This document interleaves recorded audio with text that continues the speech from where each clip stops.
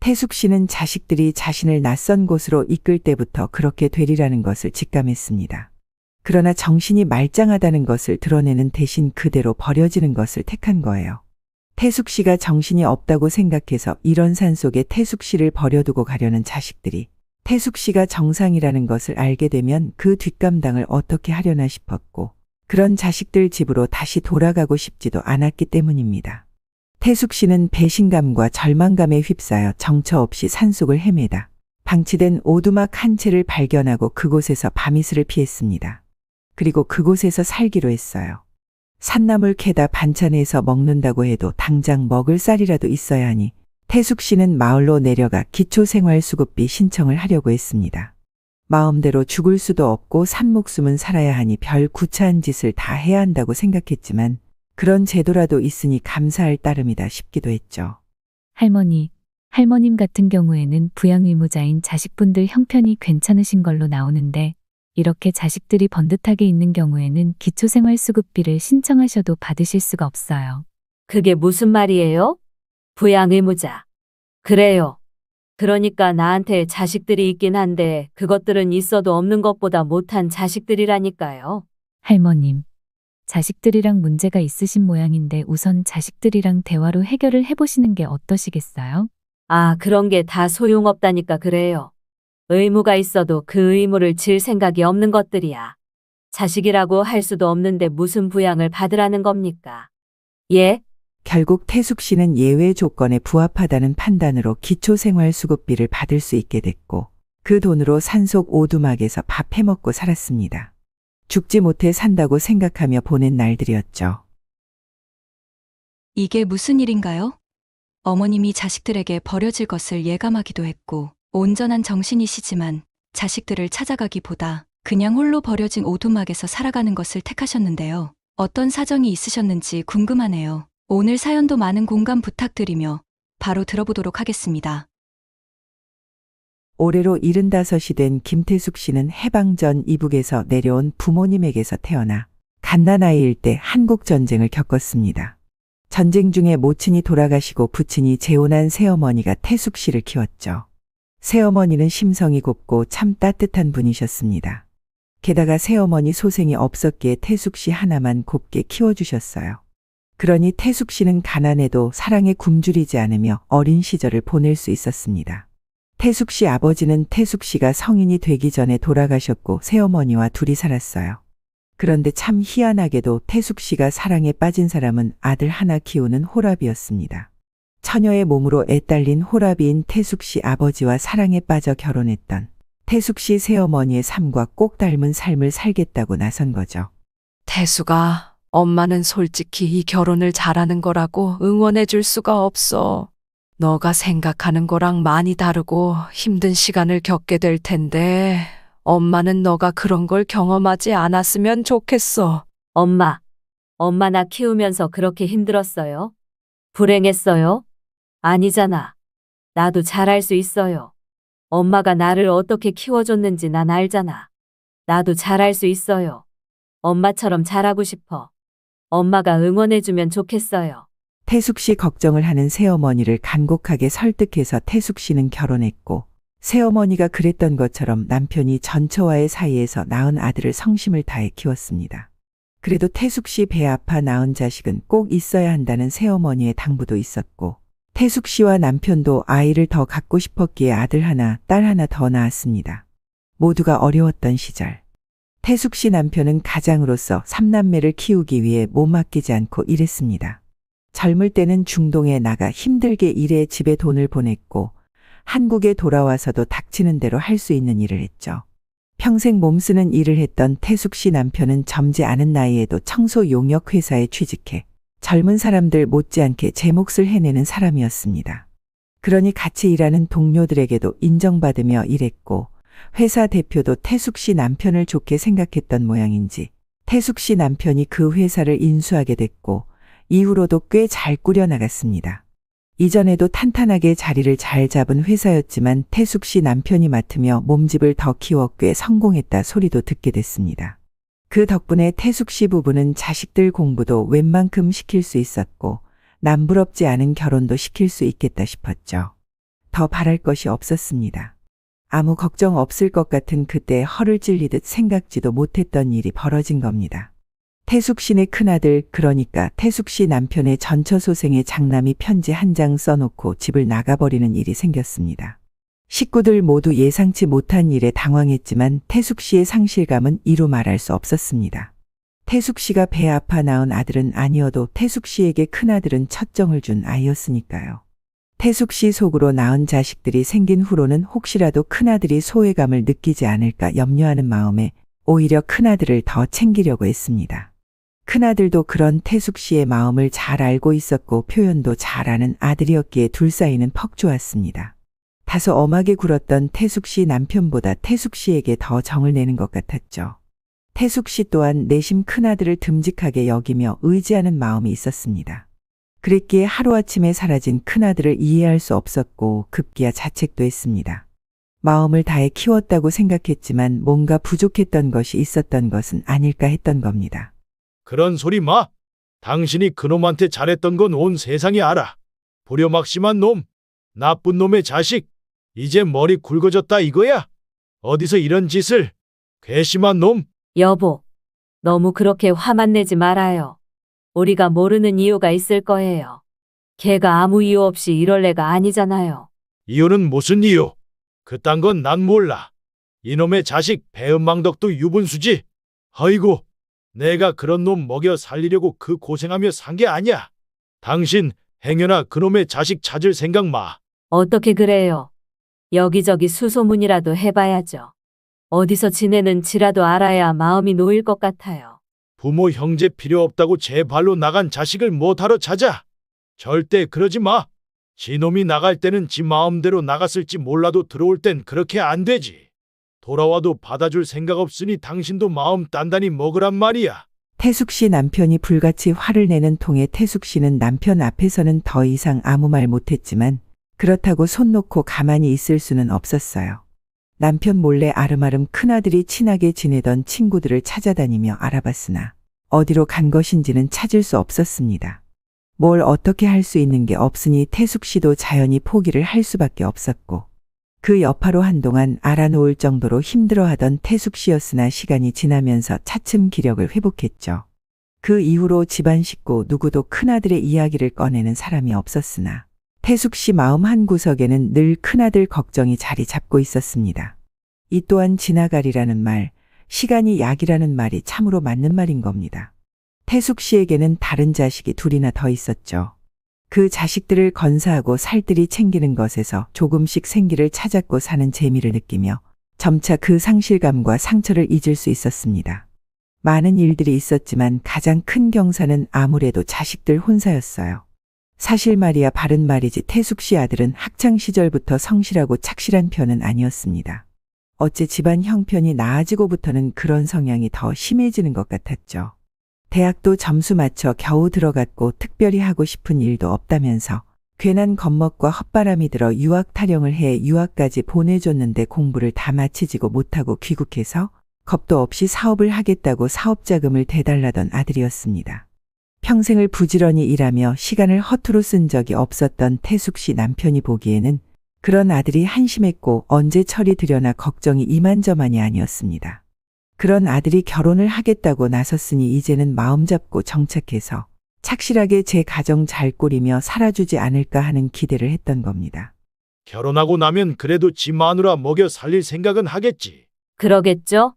친구들이랑 어울려 다니며 노는데 정신 팔려 있는 줄 알았더니 결혼을 하겠다니 얼마나 반가운지 몰라요. 결혼하면 어른이 되는 건데 이제 철 좀 들겠죠. 철 들 때도 됐지. 아니, 지나도 한참 지난 거야. 이제부터라도 잘 살면 더 바랄 게 없겠어요. 태숙 씨 부부는 그런 마음으로 아들의 결혼을 진심으로 반겼고 달라질 아들의 모습에 기대도 컸습니다. 태숙 씨는 며느리도 썩 마음에 들었어요. 좋은 집안에서 자란 참한 아이로 조신하고 단정해 보이는 것이 철없는 아들에게 좋은 반려자가 되어줄 것 같았거든요. 축하와 축복의 의미로 아들 혼사의 태숙 씨 부부는 아낌없는 지원을 해줬습니다. 결혼식이며 신혼집 할 것 없이 모두 최선을 다해 고급으로 했죠. 그러니 태숙 씨 아들은 본인의 능력이나 나이에 비해 훨씬 많은 것들을 갖추고 호화로운 신혼을 시작할 수 있었습니다.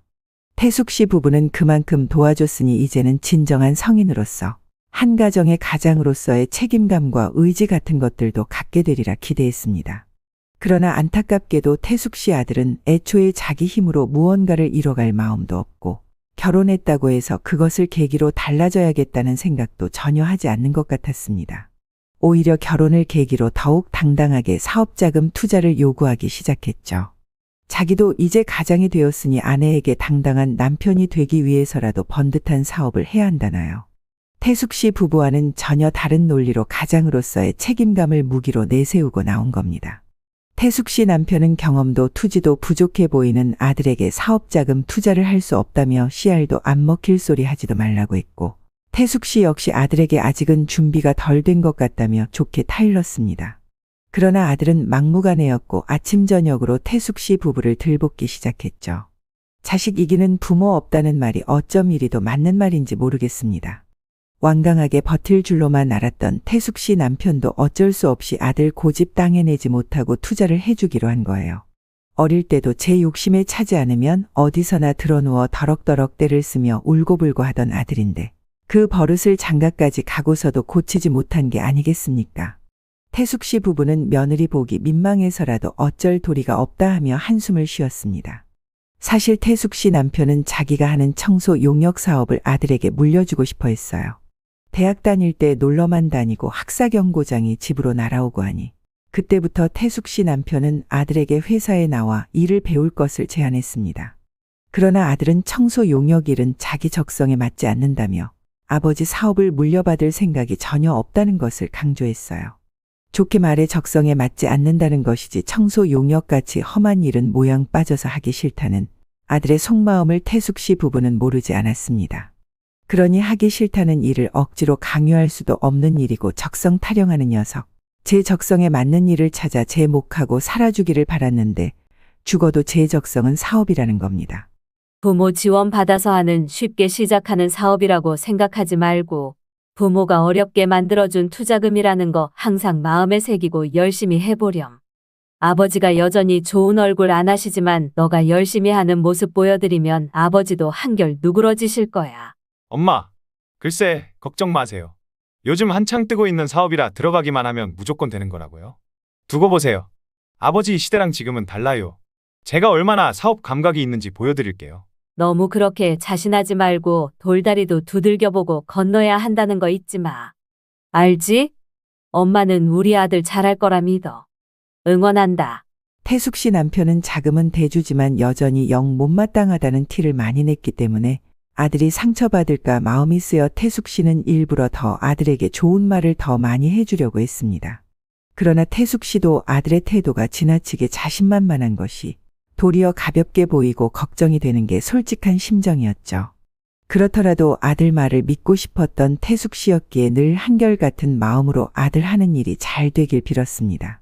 그러나 아들은 첫 사업에 실패했고 이후로도 2번이나 더 부모 바짓가랑이 붙들고 늘어져서 사업 자금을 받아갔으나 번번이 실패를 한 거예요. 3번이나 사업을 말아먹고 나서야 태숙 씨 아들은 태숙 씨 남편 회사에 들어가 일을 배우기 시작했습니다. 3번째 사업 자금을 받아가며 태숙 씨 남편은 이번에도 실패할 경우 군말 없이 회사에 나와 일을 배우겠다는 약속을 하라고 했었거든요. 아버지 말씀대로 하겠다는 약속을 담보로 가져간 사업 자금마저 고스란히 날렸으니 아들로서도 더는 어찌해 볼 수 있는 것이 없었을 겁니다. 고삐를 틀어잡고 끌고 가는 것 같은 태숙 씨 남편과 마지못해 질질 끌려가는 모양새의 아들이었습니다. 그 모습이 자칫 위태로워 보이기도 했지만 그래도 아들이 꼬박꼬박 출근하고 있으니 그것만으로도 태숙 씨는 다행이라 생각했습니다. 문제는 거듭된 사업 실패로 아들이 며느리에게 영면이 서지 않게 되었고 그래서인지 며느리가 태숙 씨 부부를 대하는 태도도 전 같지 않아진 겁니다. 며느리는 부잣집 고명딸 티가 많이 나는 아이였죠. 힘든 시절도 겪어보고 다소 억척스러운 구석이 있는 태숙 씨는 그런 며느리가 처음부터 어렵기만 했습니다. 그런데 아들이 변변찮다 싶으니 며느리를 더 어려워하고 조심스러워하게 된 것 같기도 했습니다. 그런 태숙 씨를 보며 딸은 타박하는 말을 하기도 했습니다. 엄만 정말 왜 그래요? 아니, 며느리가 무슨 상전도 아니고 엄마가 그럴수록 언니가 오빠를 더 얕잡아 보는 거라고요. 내가 뭘 또 그렇게까지 했다고 그러니. 나라도 좋게 대해주는 게 낫지. 이 상황에서 내가 시어머니 행세하고 싶은 마음은 없다. 아니죠. 이런 때일수록 엄마라도 나서서 세게 나가야 언니가 오빠는 물론이고 우리 집을 어려워하는 마음을 조금이라도 가질 텐데. 어휴, 엄마까지 너무 저자세로 그러는 걸 보면 나라도 시누이 노릇을 좀 해야 하는 거 아닌가 싶어요. 아설아, 너희 오빠가 감당할 일이야. 이제 아버지 회사 나가서 일도 배우고 있으니 착실하게 쌓아가면 다 잘 될 거야. 나는 내 아들 믿고 응원하련다. 딸에게 한 말은 태숙 씨의 진심이었습니다. 이미 결혼해 지들 가정 이루고 사는 자식들, 지들끼리 행복하게 잘 살면 되는 거지. 시어머니 대접 같은 걸 바라는 마음은 없었어요. 어떻게든 아들이 잘 버텨줘서 태숙 씨 남편에게도 인정을 받기를 바라는 마음뿐이었습니다. 딸은 사위와 대학 때부터 오래 연애한 사이였어요.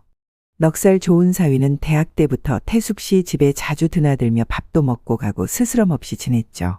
고향이 지방이라 결혼 전부터 태숙 씨는 예비 사위를 살뜰히 챙겼고 사위도 태숙 씨를 어머니라 부르며 잘 따랐습니다. 결혼 후에도 줄곧 그렇게 잘 지냈으니 장서 갈등 같은 건 전혀 없었고 주변에서 다들 부러워할 정도로 사위 참 잘 봤다고 여겼습니다. 딸 사위는 둘 다 공부를 오래 많이 해서 대학에 자리를 잡는 것이 목표였습니다. 그런 딸 사위 교수 자리 만들 때도 태숙 씨 부부가 목돈을 지원해줬죠. 아들 갖다 여기는 사위를 두고 내 자식 네 자식 차별을 두고 싶지 않았고 사돈댁은 경제적으로 그리 넉넉하지 않았거든요. 태숙 씨 남편도 아들 사업 자금 지원해줄 때보다 훨씬 좋은 마음으로 선뜻 목돈을 내놨습니다. 적어도 딸 사위는 자신들의 목표를 위해 오랜 기간 열심히 준비를 해왔고 좋은 기회를 만났으니 도와줄만 하다고 했던 거예요. 그렇게 부부 교수를 만들어 놓고 정 교수, 박 교수 번갈아 부르며 내심 뿌듯해하는 남편을 보며 태숙 씨도 기분이 좋았습니다. 힘들게 공부한 결실을 맺은 딸 사위도 무척이나 좋아했고 태숙 씨 부부에게 감사하다는 인사를 넘치게 했죠. 자식들 밑에 큰돈 많이 썼지만 그래도 그 덕분에 자식들 다 번듯하게 잘 사는 모습을 보니 뿌듯하기만 했습니다. 여보, 고생 많았어요. 당신이 열심히 일하고 고생한 덕분에 자식들 원하는 거 할 수 있도록 지원해 줄 수 있었고 이만큼 살도록 만들어놨으니 이제 더 바랄 게 없어요. 고생은 나만 했나? 돈 버느라 늘 바쁘고 집에도 있어주지 못한 동안 당신 혼자 애들 키우느라 고생 많았지. 그리고 내가 벌어온 돈 귀하게 여기고 아끼고 아낀 당신 덕분에 돈도 모을 수 있었던 거야. 고마워. 아휴, 당신도 참. 내가 더 고맙죠. 마음 같아서야 자식 놈들 대학 졸업하고 지들 힘으로 자립해 주길 바랐는데 뭐 그랬다면 더 좋았겠지만 어쩌겠어. 자식이 어디 우리 마음대로 되는 건가 뭐. 그럼요. 부모 바람대로 자라주는 자식이 몇이나 있겠어요. 공부시키고 결혼시키고 그러고도 더 지원해 줄 수 있는 경제력이 있다는 게 감사할 따름이에요. 태숙 씨 부부는 그렇게 지난 세월을 회상하며 도란도란 고생한 서로를 알아주고 위로하며 여생을 더 많이 나누며 살자 했습니다. 아직 태숙 씨 남편 성에 차진 않지만 아들도 그럭저럭 남편 회사에 적응을 하고 있는 것 같았어요. 태숙 씨는 이대로 시간이 잘 흘러주기만 바라고 있었죠. 그런데 태숙 씨 부부의 할 몫이 아직도 남아 있었던 모양입니다. 더 정확하게 말하자면 자식들이 태숙 씨 부부에게 바라는 것들이 아직 남아 있었던 거라고 할 수 있을 겁니다. 자식들 그만큼 살도록 만들어놨더니 아들 며느리는 지들 자식들 일까지 태숙 씨 부부에게 의지하려고 했습니다. 엄마, 아버지는 손주들 교육비 통장 같은 거 안 만들어 두셨어요? 요즘 웬만한 집에서는 그런 거 다 만들어 주시는데 말이에요. 오죽하면 애들 성적이 조부모 경제력 순이라는 말이 다 있겠어요. 그런 소리 나올 만한 세상이긴 하죠. 실제로 주변에 보면 다들 시댁 도움받긴 하더라고요.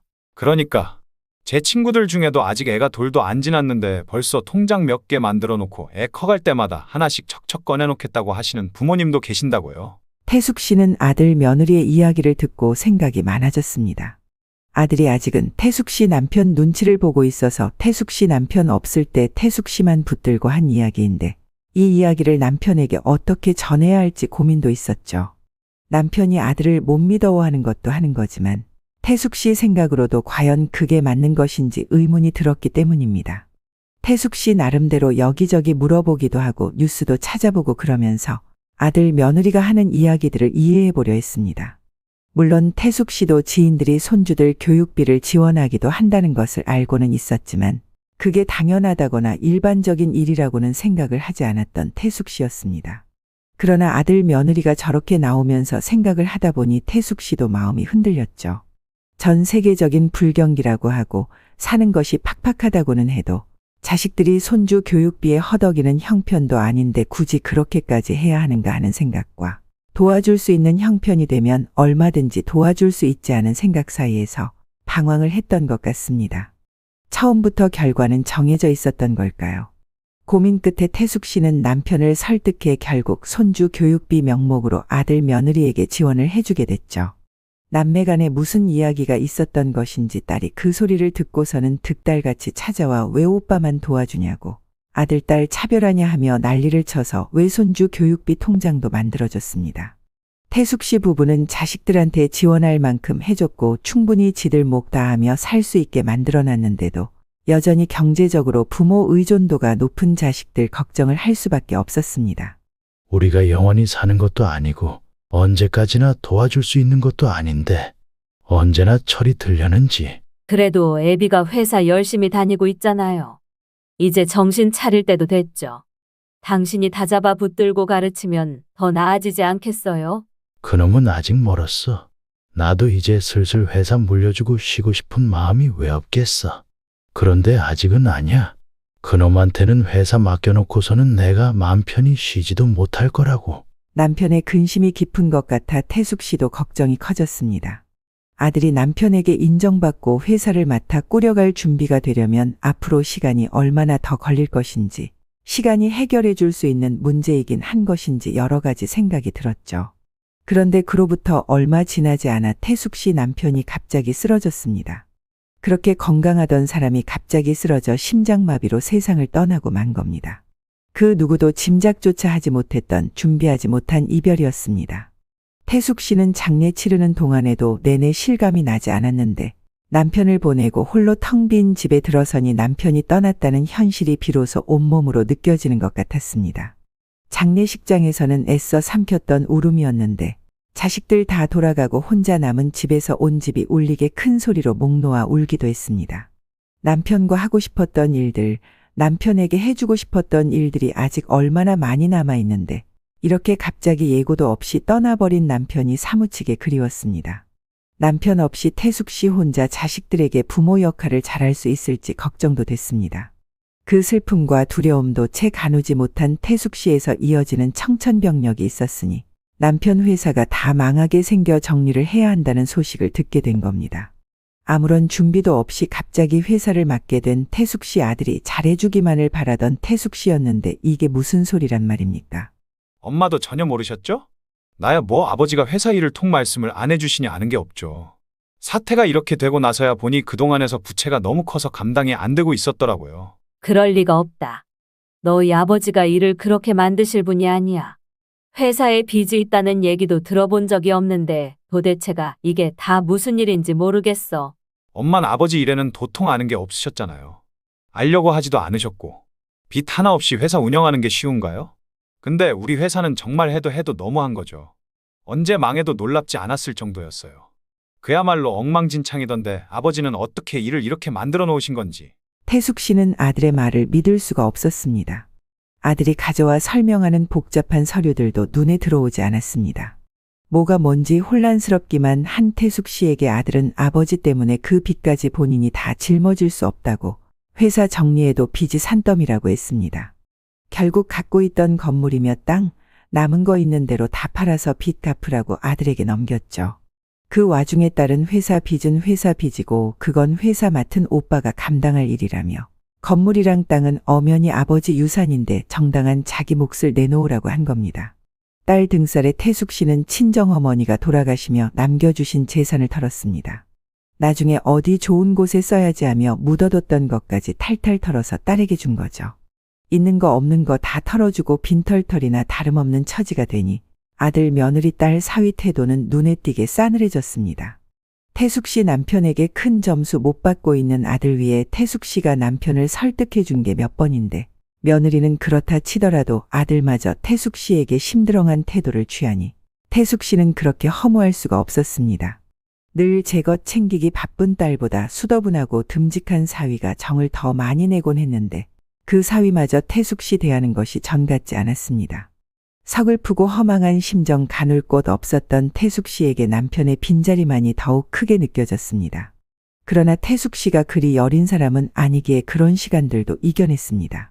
본디 자식들에게 무언가를 기대하고 바랐던 태숙 씨도 아니었지만 재산 다 내어주고 난 다음부터는 오히려 홀로 썩기에 집중할 수 있었습니다. 그렇게 차츰 평정심을 되찾고 봉사활동 같은 것도 다니며 태숙 씨에게 주어진 시간들을 잘 쓸 수 있는 방법을 찾고 있었죠. 그러던 어느 날 아들이 모처럼 태숙 씨를 찾아왔습니다. 오랜만에 아들을 봐 반가운 마음은 잠시 아들이 하는 말들로 태숙 씨는 실망을 넘어 절망감까지 느껴야 했습니다. 아들이 태숙 씨를 찾은 이유는 결국 또 다시 돈 때문이었던 겁니다. 그놈의 사업을 3번이나 말아먹어 놓고 또 다시 사업 타령을 하며 돈 이야기를 꺼냈습니다. 다 접어두고서라도 돈이 없는 걸 어떡하니? 아버지 유산이라고 할 수 있는 건 다 너가 가져갔다는 걸 너가 제일 잘 알잖아. 이런 상황에서 무슨 사업이야? 뭐요? 아버지 유산이라고 해봐야 그거 다 아버지가 만들어 놓고 가신 빚 갚는데 다 썼는데 그걸 제가 다 가져갔다고 하시면 안 되죠. 그리고 지금 이 상황에서 우리 집안 다시 일으킬 방법은 사업밖에 없어요. 글쎄, 주고 싶어도 줄 돈이 없다고 하잖아.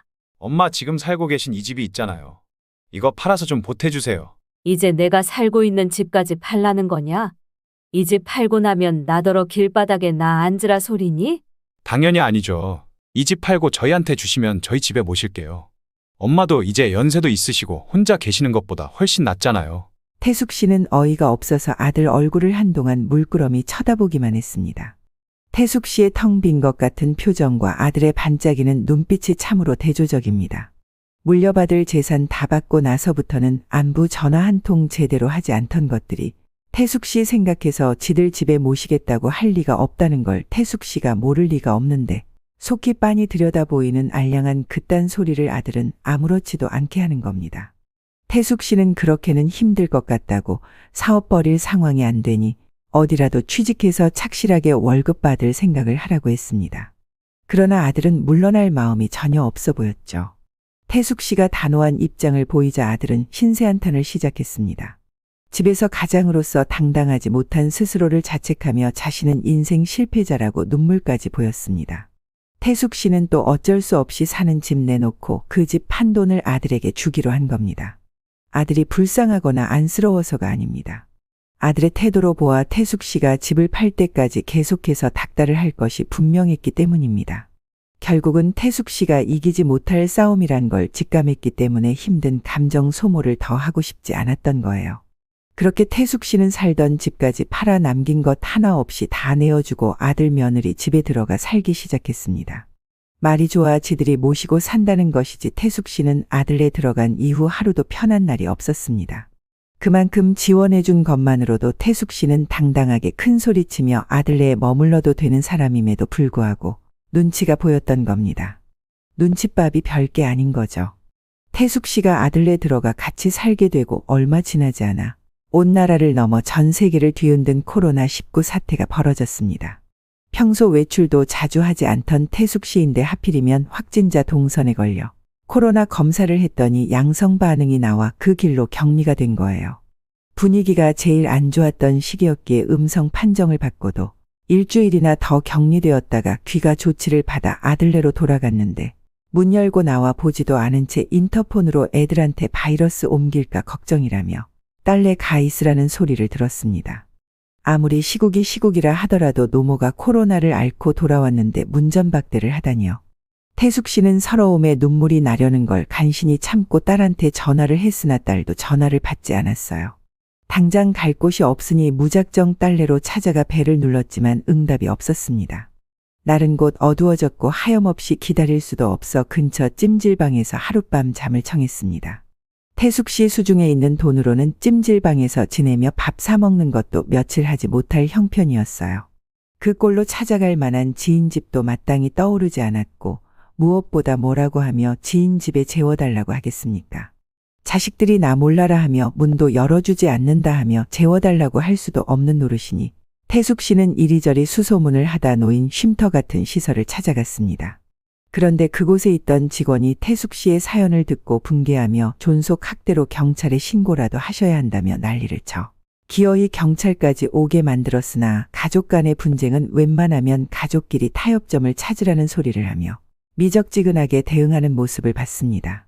그 모습을 보니 태숙 씨는 불합리하고 부당하다는 생각이 들었고 더 이상 자식들 체면이나 사정 봐주지 않겠다는 결심이 섰습니다.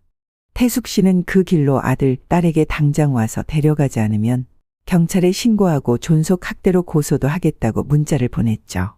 그랬더니 그제야 태숙 씨를 찾으러 온 아들, 딸은 한 달씩 번갈아 태숙 씨를 모시겠다고 하는데 마지못해 하는 말인 걸 알면서도 태숙 씨는 그렇게 하기로 했습니다. 태숙 씨라고 자식들 집에 얹혀 살 듯 사는 것이 좋을 리가 없습니다.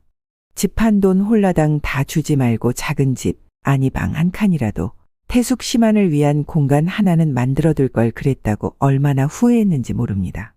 이제와 소용도 없는 후회를 한다고 나아지는 것도 없으니 태숙 씨는 한 달씩 아들네 딸네 오가는 생활에 익숙해지려고 했습니다.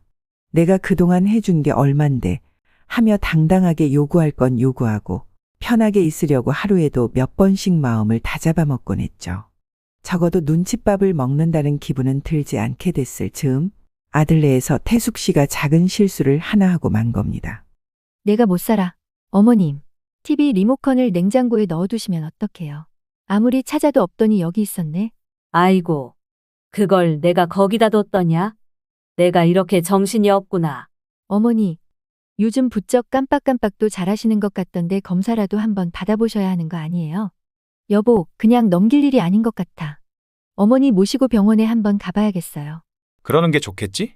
엄마, 내일이라도 예약 잡아 놓을 테니까 같이 병원에 가세요. 어휴, 무슨 리모컨 냉장고에 한 번 넣었다고 병원에 가자고 그러니.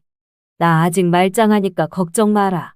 엄마, 다들 이런 식으로 시작하는 것도 모르세요? 치매가 남의 일이 아니라고요. 치매라니. 지금 내가 치매에 걸렸다고 이러는 게냐? 아들, 며느리의 딸, 사위까지 모두 나서서 태숙 씨에게 치매 운운하며 병원에 가자고 하는 꼴이 다들 태숙 씨가 치매에 걸리기만을 목 베고 기다린 것처럼 보였습니다.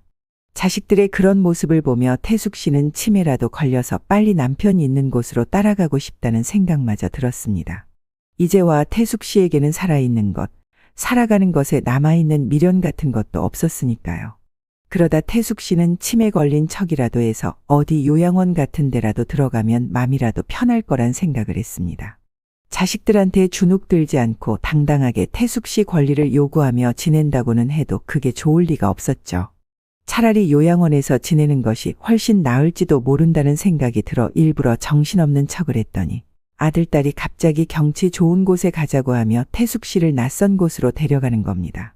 이름난 곳도 아닌 동네 야산 같은 곳에 이르러 길도 아닌 것 같은 길을 한참 걷다가 깊은 산 속에 태숙 씨만 남겨놓고 어느 틈에 도망을 가버린 거죠.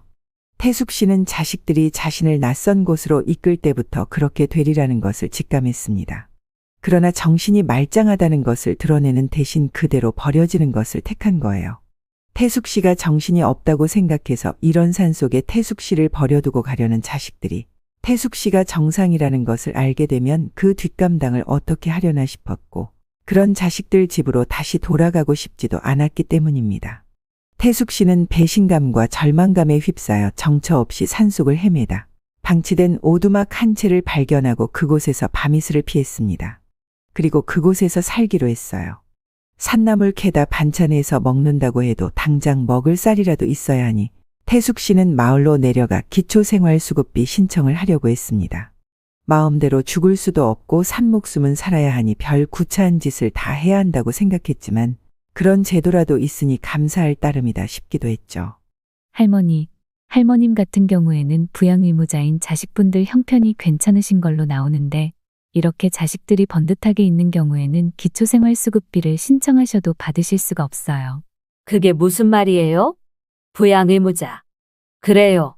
그러니까 나한테 자식들이 있긴 한데 그것들은 있어도 없는 것보다 못한 자식들이라니까요. 할머님, 자식들이랑 문제가 있으신 모양인데 우선 자식들이랑 대화로 해결을 해보시는 게 어떠시겠어요? 아, 그런 게 다 소용없다니까 그래요. 의무가 있어도 그 의무를 질 생각이 없는 것들이야. 자식이라고 할 수도 없는데 무슨 부양을 받으라는 겁니까? 예? 결국 태숙 씨는 예외 조건에 부합하다는 판단으로 기초생활수급비를 받을 수 있게 됐고 그 돈으로 산속 오두막에서 밥 해먹고 살았습니다. 죽지 못해 산다고 생각하며 보낸 날들이었죠. 그런데 연락 두절됐던 큰아들이 찾아온 겁니다. 산속에서 그렇게 살고 있는 태숙 씨를 보며 하염없이 눈물을 흘리던 큰아들은 태숙 씨가 모르던 진실을 알려줬습니다. 태숙 씨 남편 회사가 빚더미에 앉아 유산을 다 정리하고도 남은 빚은 건물 땅 다 팔아 갚으라고 줬는데 그 모든 것이 새빨간 거짓말이라는 거였어요. 남편 회사는 탄탄하게 잘 운영되고 있었고 태숙 씨 아들은 그 회사를 인수하겠다는 사람에게 팔아치운 겁니다. 그것도 모자라 남은 재산까지 가로채고 태숙 씨 집까지 팔게 해 전 재산을 독차지한 거나 다름없는 거죠. 믿을 수 없는 이야기를 들었는데도 태숙 씨 자신이 그리 놀라지도 않는다는 사실이 더 놀라웠습니다. 어머니, 그냥 넘어가시면 안 됩니다. 유류분 반환 청구 소송을 해야 해요. 소송 같은 건 알지도 못해. 그보다 그때 그렇게 집을 나가버린 이유나 좀 알자. 이게 대체 얼마만이야? 너 그렇게 나가고 내가 얼마나 찾았는지 알아? 응? 어머니, 죄송합니다. 그땐 저도 너무 어렸어요. 뒤늦게 후회했지만 어머니, 아버지께 선뜻 나타날 수가 없었어요. 그러면서 큰아들은 태숙 씨 아들과 갈등이 심했다는 이야기를 처음으로 태숙 씨 앞에 털어놓았습니다. 태숙 씨는 전혀 알지 못했던 일이라 당황스럽기까지 했어요. 원래도 사이가 좋진 않았어요. 어머니, 아버지 앞에서만 아무렇지 않은 척했던 거고 둘만 있을 땐 원수가 따로 없었거든요. 그런데 그 녀석이 저한테 그러는 거예요. 언제까지 우리 집에서 염치 없이 우리 부모 도움받고 살 거냐고, 눈치 없냐고, 고등학교까지 졸업했으면 자립해야 하는 거 아니냐 하더라고요. 세상에, 어떻게 그런 말을. 그래도 그렇지, 그런다고 집을 나가? 너가 내 배 아파 낳은 내 친자식은 아니지만 아버지는 너의 친아버지신데 너가 당당하지 못할 게 뭐야. 너가 행여나 그런 생각을 할까봐 내가 얼마나 마음을 많이 썼는데 그게 너한테는 느껴지지 않았던 거야? 아니에요, 어머니. 알죠? 제가 어머니 마음을 어떻게 모르겠어요. 어렸을 때 일들 저 하나도 빠짐없이 다 기억해요. 그런데 왜 그랬어? 그놈이 뭐라고 하든 말든 당당하게 너의 자리를 지켰어야지. 왜 그랬어? 아버지가 얼마나 실망하셨는데. 그리고 너를 얼마나 그리워하셨는지 몰라. 내색은 안 하셨어도 나는 알 수 있었어. 나한테는 절대 너 찾지 말라고 하시면서 아버지 나름대로 수소문하셨던 것도 알아. 부모님 생각해서 참고 버티려고 했어요. 그런데 그러지 못했습니다. 보육원도 고등학교 졸업하면 독립해서 나가야 하는 거 모르냐 소리를 하는데 거기서 제가 상처를 많이 받고 삐뚤어졌던 것 같아요.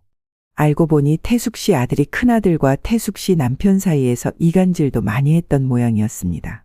태숙 씨는 짐작도 하지 못했던 상처가 꽤 깊게 골마 있었던 것 같았습니다.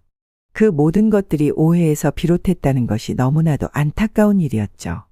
결국 남편 죽을 때까지 두 사람은 화해는커녕 만나지도 못한 거잖아요. 큰아들은 집 나간 걸 후회도 많이 했지만 당장 찾아올 수 없었고 떳떳한 모습으로 나타나려고 정말 열심히 살았다고 합니다. 그러나 맨몸으로 뛰어든 세상은 결코 녹록지 않았으니 쉰이 다 된 나이에 더 늦으면 안 된다는 생각으로 아버지를 찾았다가 돌아가신 것을 알게 됐고 태숙 씨 아들이 저지른 일들을 알게 됐다고 했습니다. 진실을 알게 된 큰아들은 태숙 씨를 수소문했다고 해요. 살던 집도 팔아치우고 아들네에도 딸네에도 같이 있지 않는 태숙 씨를 찾기 위해서 말이죠. 큰아들은 수소문 끝에 기초생활수급비를 신청할 때 작성한 태숙 씨 정보를 통해 태숙 씨 거처를 알게 됐다고 합니다. 태숙 씨 사는 모습을 보며 눈물을 흘리던 큰아들은 태숙 씨 손을 꼭 잡고 태숙 씨를 자기 집으로 모시고 가겠다고 했어요. 그렇게 큰아들 집으로 거처를 옮긴 태숙 씨는 아들네, 딸네 어디서도 느껴보지 못한 편안함과 따뜻함을 느꼈습니다. 큰며느리도 태숙 씨를 반갑게 맞아줬고 큰아들보다도 키가 큰 손주도 만났습니다. 큰아들 가족의 환대 속에서 태숙 씨는 아들, 딸에 대한 환멸을 더욱 크게 느꼈습니다. 그리고 큰아들 말대로 큰아들과 함께 유류분 반환 청구 소송을 시작하기로 했습니다. 소장이 날아가자 아들, 딸이 큰아들네에 머물고 있는 태숙 씨를 찾아왔습니다. 태숙 씨가 치매에 걸렸다고 생각하고 산속에 버리고 간 뒤로 태숙 씨 생사조차 알아보려 하지 않았던 것들이 뻔뻔한 얼굴로 태숙 씨를 찾아와 그 일은 아예 없었던 일인 것처럼 아무렇지도 않게 얘기를 하는 거였습니다. 엄마, 무슨 얘기를 어떻게 듣고 이러시는지 모르겠지만 겉으로 보이는 게 다가 아니에요. 그래요. 그때 제가 아버지 회사를 처분해서 넘긴 건 맞지만 그건 100번 잘한 일이었다고요. 네 판단으로 그렇게 했다는 네 말은 잘 알겠다. 난 이제 법의 판단을 기다려볼 작정이니 여러 말할 것 없다. 엄마, 저한테 연락을 하셔서 해결을 하시면 될 일을 무슨 소송까지. 형? 진짜 너무하는 거 아니야? 몇십 년 만에 나타나서는 기껏 한다는 짓이 우리 가족 분란 일으키는 거야? 복수라도 하겠다는 거야, 뭐야? 복수라고 했니? 내가 복수를 결심할 일을 당했다는 걸 네 스스로 인정하는 거냐? 복수라고 해도 좋고 아무 상관없다. 나는 그저 어머니와 내 몫을 정당히 되찾으려는 것뿐이야. 뭐야? 지금 그 말 무슨 뜻이야? 형은 세월이 지나도 하나도 안 변했어. 그만두지 못해? 네가 네 형한테 무슨 할 말이 있다고 이러는 게야. 다 필요 없고 너희 아버지 회사랑 남기신 재산을 너 혼자 가로챈 것에 대해서는 내 꼭 책임을 물을 작정이다. 할 말이 있거든 법정에서 해라. 엄마, 이게 법정까지 갈 일이 아니라니까요? 아버지 회사 정리한 돈으로 제가 잘할 수 있는 사업을 해서 성공한 다음에 엄마한테 효도할 생각이었어요. 형도 찾으려고 했다고요. 입에 침도 바르지 않고 거짓말을 술술 뱉어내는 아들을 보며 태숙 씨는 아들을 떠나 한 인간에게 가질 수 있는 최소한의 동정심마저도 사라지는 기분이 들었습니다. 어디서 눈에 빤히 보이는 거짓말, 입에 발린 말을 늘어놓는 게야. 더 들을 말 없다고 하지 않니? 그만 돌아가고 법원에서 보자. 유류분 소송에서 지급 판결을 받아도 어차피 돈이 없어요. 사업이 어려워서 계속 돈이 들어가고 있다고요. 소송해봤자 당장 받기도 어려운데 하면 뭐하냐고요. 집안 망신이잖아요. 그래요, 엄마. 그건 오빠 말이 맞아요. 오빠도 오빠지만 저랑 엄마 사위는 어떡해요? 교수 체면이 말이 아니게 된다고요. 어머니, 더 들으실 필요 없어요. 정말 돈이 없는지는 재판장에 나가 가려보면 될 일이에요. 태숙 씨 딸까지 아들 편을 들며 거들고 나서니 큰아들이 태숙 씨 대신 아들, 딸에게 물러설 마음이 없음을 단호하게 알려줬습니다. 정말 이럴 거야. 그러지 말고 그럼 매달 얼마씩이라도 되는 대로 보낼게. 그렇게 나눠서 갚겠다고. 그러니까 소송은 취하해줘. 소송 비용이라도 줄이잔 말이야. 야, 그리고 너도 아버지 회사 정리한 돈 나눠받았으니까 나처럼 내놓아야 하는 거 알지? 무슨 소리 하는 거야? 내가 받은 거랑 오빠가 챙긴 돈이 같아? 난 얼마 받지도 않았고, 그리고 그 돈 받고 지금까지 입 다물고 있어준 것만 해도 어딘데 지금 나더러 돈까지 내놓으라는 거야? 이런 식으로 나오면 나도 여기 붙어서 유류분 반환 청구 소송에서 내 목 챙기는 게 낫겠네. 뭐야? 너 지금 말 다 했어? 이게 진짜? 뭐? 어쩔 건데? 내가 틀린 말 했어? 내 말이 다 맞잖아. 내가 여기 붙으면 증언해줄 것도 많고 잘 됐지 뭐. 엄마 걱정 마요. 내가 엄마 목 다 받게 해줄게요. 태숙 씨는 그 모든 상황이 기가 막히고 그저 슬펐습니다. 돈이 최고라 가르치며 키우지도 않았는데 어쩌다 자식들이 돈만 아는 괴물이 되었나 싶었습니다. 풍족하게 뒷바라지 하는 것만 생각했지 정작 중요한 걸 가르치지 못했다는 자책이 들어 가슴을 치는 태숙 씨를 보더니 큰아들이 가만히 태숙 씨를 안아줬습니다. 그리고는 조용히 말했어요. 그런 게 아니에요. 어머니 잘못이 아닙니다. 어머니는 최선을 다하셨고 부모 마음을 모르는 불효자식이 잘못된 거예요. 자책하지 마세요. 태숙 씨는 큰아들 품에 안겨서 회한의 눈물을 오랫동안 흘렸습니다. 소송이 진행되는 동안 법정에서도 태숙 씨는 여러 차례 눈물을 보였죠. 그때마다 큰아들이 태숙 씨 옆을 든든하면서도 담담하게 지켜주었습니다. 난생 처음 겪는 법정 소송은 태숙 씨에게도 힘든 일이었지만 큰아들 덕분에 잘 버텨낼 수 있었습니다. 지리멸렬한 시간들이었으나 판결은 태숙 씨와 큰아들이 바라던 대로 나왔어요. 태숙 씨 아들이 스스로 주장하던 대로 아들은 무모하고 무리한 사업 확장으로 자금난을 겪고 있는 게 사실이었습니다. 지금 가진 재산을 다 정리해도 법원 결정에 따라 큰아들과 태숙 씨에게 지급해야 하는 돈을 마련하지 못하는 상황이었죠. 그러나 큰아들과 태숙 씨는 아들 사정 봐줄 마음은 추호도 없었고 일단 되는 대로 지급하고 이후로도 완납이 될 때까지 분납하라고 했습니다. 아들이 말한 것이 사실이라고 하더라도 그건 아들이 자초한 일이고 그렇다고 해서 태숙 씨 남편의 재산을 아들 마음대로 처분하고 가로챈 것이 이해받을 수 있는 것은 결단코 아니죠. 오히려 그렇게 제 마음대로 독차지 한 돈으로 되지도 않을 사업을 시작해 그마저도 다 날려버린 것은 더 괘씸한 일일 겁니다. 회사 정리한 돈으로도 모자라 태숙 씨 몫으로 있던 남편의 유산을 모조리 가져갔고 그 과정에서 태숙 씨는 돈이 되는 거라면 뭐든지 팔아서 돈을 만들어줬습니다. 치장을 그리 좋아하지 않는 태숙 씨가 몇 안 되게 갖고 있는 금부치까지 내다 팔았고 종국에는 살던 집까지 팔아 모든 것을 내어준 것이었는데 그 돈이 모두 아들의 무모한 사업 확장에 들어갔다고 생각하면 태숙 씨는 피가 거꾸로 솟고 자다가도 벌떡 일어나 않을 지경입니다. 집 팔아 치우게 하며 온갖 감언이설로 태숙 씨를 집에 모셔 효도할 거라더니 찬밥 신세로 만드는 것으로도 모자라 코로나 바이러스 옮긴다고 문전박대 치매 걸렸다고 산속에 갖다 버리기까지 하지 않았습니까? 그러니 태숙 씨가 자식들이라면 치를 떠는 게 당연하죠.